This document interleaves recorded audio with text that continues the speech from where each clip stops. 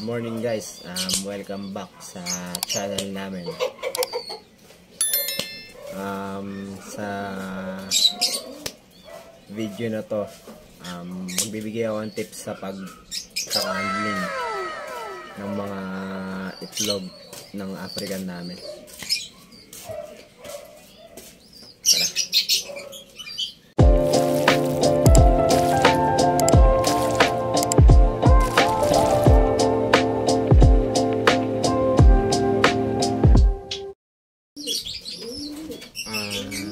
So ayun nga guys, no, pag-usapan natin, no, yung sa pagkaka-handling nga ng mga itlog ng African. Kailan nga ba yung tamang oras sa pagkaka-handling ng itlog nila? Ilang araw ba bago tayo mag-handling? Nung baguhan ako sa pag-aalaga ng African, lagi din ako nanonood ng mga tutorial sa YouTube. Yung mga tutorial na yun, malaking tulong yun kapag nag-aalaga ka, kapag nag-uumpisa ka pa lang, no, sa pag-breed ng African. So, ano ba ang mga dapat nating malaman? Unang-una, dapat alam natin kung kailan yung araw na unang nangitlog yung African natin. Tapos after nun, bibilang tayo ng nung una, ako sinusunod ko yun sa mga YouTube tutorial ng mga sikat na nag-aalaga ng African. 10 days dapat doon mag-handling ka na para makita mo kung fertile ba yung mga itlog ng African mo. Dati ganoon din yung ginagawa ko, no? 10 days. After nun, kapag walang nag-fertile, tinatanggal ko na para nga hindi sayang yung oras ng paghihintay natin para mag-breed na sila ulit. One time, meron akong yung pair ko na back-to-back opa.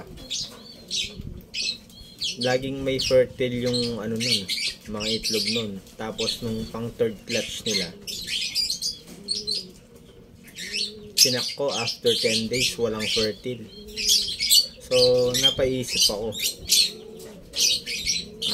na wag ko munang kunin yung mga itlog sa kanila. Nagpalipas ako ng 5 days.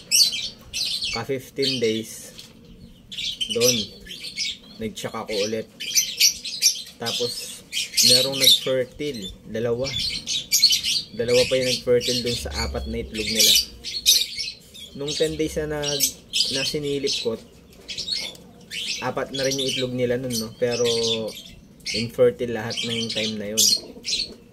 Nung ka 15 days, doon ko sinilip ulit.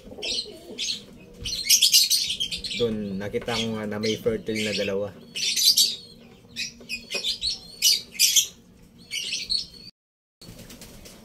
Kaya simula nun, nung pangyayaring yun,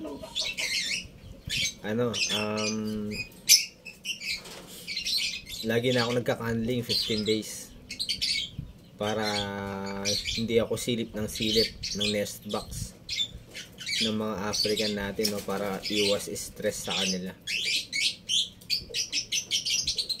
Tapos pala, pag sisilipin nyo yung nest box ng African nyo, mas magandang silipin sa umaga, yung pagkatapos mong magbigay ng pagkain sa kanila, kasi lalabas yan ng nest box, kakain sila. Yun yung pagkakataon mo nun para silipin yung mga itlog nila. Tapos ang magandang gamitin para pang-handling sa mga itlog nila, ito yung flashlight na parang ballpen, para hindi mo na kailangang hawakan yung mga itlog nila, no. Pero kung wala kang ganito, pwede naman yung flashlight lang ng cellphone mo. Kaya lang, yung kamay mo, ibababad mo muna dun sa mga pagkain ng binibigay mong pagkain dun sa African mo, para yung amoy ng kamay mo hindi didikit dun sa itlog. Kasi once na dumikit yung amoy ng kamay mo dun sa itlog, magkokos yun ng stress ng mga alaga nating African, no. Sakto ngayon, meron akong ikakandling ipapakita ko sa inyo. Nangitlog yung green viewing opa natin at saka yung green piled opa natin ng October 10. Ngayon October 25 na, 15 days na. Ngayon natin sisilipin, no. Sa ganung paraan, sa 15 days makakasigurado na ako kung ano yung fertile at ano yung hindi. Siya nga pala, kapag sinilip nyo tapos may fertile at merong hindi fertile, huwag yung tatanggalin yung hindi fertile, kasi magkakos din yun ng stress sa mga alaga nating African. Once na napisa na yung mga fertile at medyo lumaki na, sabi natin 1 week old na sila, doon pwede nyo nang tanggalin yung mga infertile na itlog. Kasi pag nabasag yung mga infertile na itlog yun, magdadala yun ng langgam sa mga nest box natin, no. Maaamoy nila yun pag nabasag yung mga infertile na itlog na yun. So tara, pakita ko sa inyo yung kung paano handling ng itlog ng African natin. 5 minutes later. So eto nga pala guys yung sinasabi ko na nangitlog ng October 10. Ngayon October 25 na, pwede na nating i-candling. Gagamit tayo nung tong flashlight na to para maiwasan natin na hawakan yung mga itlog nila. So palabasin muna natin.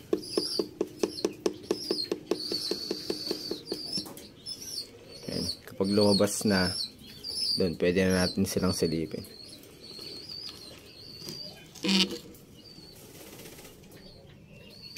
Ayan guys, may 4 na itlog. Check natin. Walang laman tong isa, infertile din. Ito guys, fertile to. Kita nyo yun, yung parang red, parang ugat-ugat. Fertile yun kapag merong ganun. So ito din fertile. Ayan, mapula-pula. Ganyan yung mga fertile na egg ng African. Kapag ganito, pure white lang, infertile na yan, lalo na ngayon 15 days na. Bali dalawa lang yung fertile, no. Sa mga itlog nila, dalawa lang ang fertile. Isusulat natin yan. Kaya yung ganitong label, napaka-importante din yan sa mga nag-aalaga ng African, para ma-monitor natin kung kailan ba dapat sila mapipisa, kung kailan sila nangitlog, kailan nating ikakandling, ID ng ibon. Yan, napaka-importante dyan sinusulat. So guys, ayan, sinulatan ko na 2 out of 4, no, na fertile. Yan lang yung nilalagay kong tanda sa label natin para malaman natin kung ilan yung mapipisa sa kanila. So guys, napaka-importante din pala nung no, na take note ka kung kailan napisa yung mga alaga nung anak mong mga alaga mong African lovebirds, para kung sakaling i-out mo yung mga yon, alam mo yung sasabihin mo dun sa bibili, kung kailan, kung ilang months na siya, kung matured na ba siya. Yun, napaka-importante nun. Ako, ginagawa ko sa PC, sa computer, dun ko naka-arrange dun yung mga ko sa Excel. Kung wala naman kayong PC, meron namang sa application ng cellphone, pwede rin, no? Sa Google Sheet yata yun. Pwede kayo dun dun yung ilagay yung mga nyo, ID, kung kailan yung date of hatch, kung matured. Yun, napaka-importante nun, guys.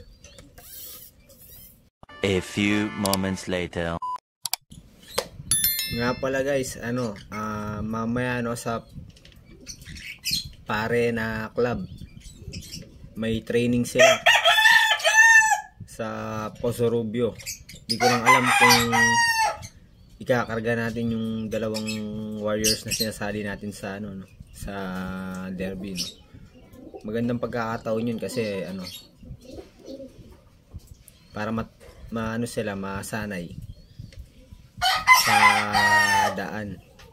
Hindi na sila nangangapa kapag sa oras ng karera. Tignan natin mamaya kung may sasakay natin sila para bukas may aabangan ulit tayo, no? Tapos pala, guys, no, dun sa Opa Ino project natin, no, yung hen na sinasabi kong maselan, yung white bull natin, split Ino, kapag sinisilip ko talaga yung itlog, no, pag nangitlog siya ng unang itlog niya, naglolo ko siya. Tinatabunan niya na yung mga itlog niya ng nesting, hindi niya na nililimliman. Nung unang kuha ko yun, ganun din yung ginawa niya. Tapos yung mga susunod na clutch nila, no, hindi ko siya sinilip. Bali, naghintay ako ng mga siguro 25 days bago ko sinilip. Meron silang 3 itlog, tapos may fertile. Yun, no, nilimliman niya naman, nabuhay niya naman. Nandito nga yung anak nun sa akin, Opaline, sex link hen na white bull din, split Ino. Bali, ang gagawin ko niyan, hindi ko na lang lagi sisilipin yung nest box nila kapag nangingitlog siya ng una. Kasi malalaman mo naman yun kapag namamaga na yung bandang puwitan ng hen, malapit na mangitlog yun, doon ka na lang magbase. Doon mo na lang isulat kung anong date yun. Tapos maghintay ka ng mga 25 days bago mo sulitin. Kasi kapag may fertile na dun sa itlog na yun, yung mga hen natin napipilitan na silang limliman talaga. Hindi na nila aabandonahin yun. So yun lang, guys, no, yung mga tips na mai-share ko ngayon sa inyo. Hanggang dito na lang yung vlog natin, guys.